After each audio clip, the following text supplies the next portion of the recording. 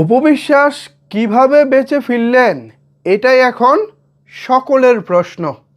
গতকালকে আত্মহত্যা করেছেন নাটকের অভিনেতা জাহের আলভীর স্ত্রী ইকরা। ইকরা আত্মহত্যা করার পরপরই অপবিশ্বাসকে নিয়েও সামাজিক যোগাযোগ মাধ্যমে ব্যাপক আলোচনা হচ্ছে। ইকরা এবং অপবিশ্বাস দুজনেই যেন এক সুতোয় গাঁথা। তার মানে এই নয় অপবিশ্বাসের জাহের আলভীর সঙ্গে সম্পর্ক রয়েছে। তবে কেন জাহের আলভীর স্ত্রী ইকরা এবং অপবিশ্বাসকে নিয়ে আলোচনা চলছে? এই ঘটনা মূলত আলোচনায় আসার কারণ হয়েছে পরকীয়া। আপনারা জানেন শাকিব খান অপবিশ্বাস যখন সংসার করতেছিল ঠিক তখন বুবলি ইন করে তাদের লাইফে। হঠাৎ করে বুবলি শাকিব খানের লাইফে ইন করার পর অপবিশ্বাসের কাছ থেকে এক প্রকার ইনিয়ে বিনিয়ে যে কোনোভাবেই হোক শাকিব খানকে কিন্তু নিয়ে গেছে। সেম একই ঘটনা ঘটেছে জাহের আলভীর বেলায়।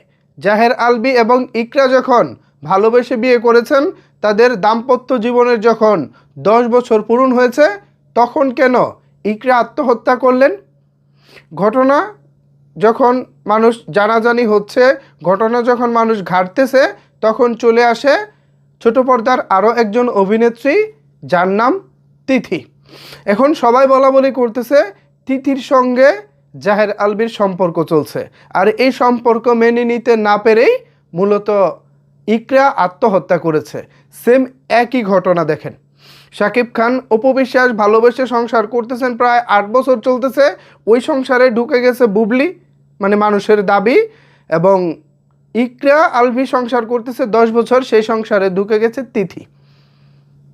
অপবিশ্বাস নিজেকে কন্ট্রোল করেছেন, সন্তানের জন্য নিজেকে মানিয়ে নিয়েছেন, সিঙ্গেল মাদার হিসেবে এখনো পর্যন্ত সন্তানকে সাথে নিয়ে তিনি চলতেছেন। কিন্তু জাহের আলভীর স্ত্রী ইকরা নিজেকে মানাতে পারেননি, নিজেকে মানিয়ে নিতে পারেননি, তিনি দুনিয়া থেকেই চলে গেলেন।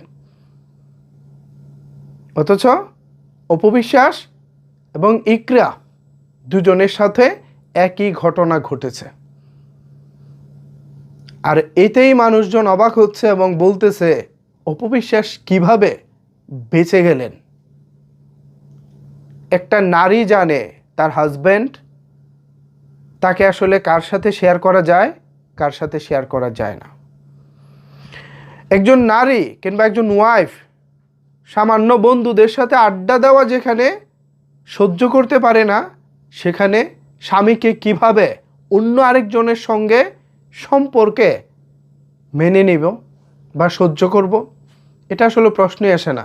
নারী কখনোই পৃথিবীতে কোনো কিছুর বিনিময়ে স্বামীকে শেয়ার করতে পারে না। এ কারণেই ইকরা চলে গেছেন, অথচ জীবন্ত লাশ হয়ে দাঁড়িয়ে আছেন অপবিশ্বাস। এমনটাই মনে হচ্ছে আমার কাছে। ভিউয়ার্স, এই বিষয়ে আপনাদের মতামত কি জানাতে পারেন নিচের কমেন্ট বক্সে। ধন্যবাদ সবাইকে এতক্ষণ আমার সাথে থাকার জন্য।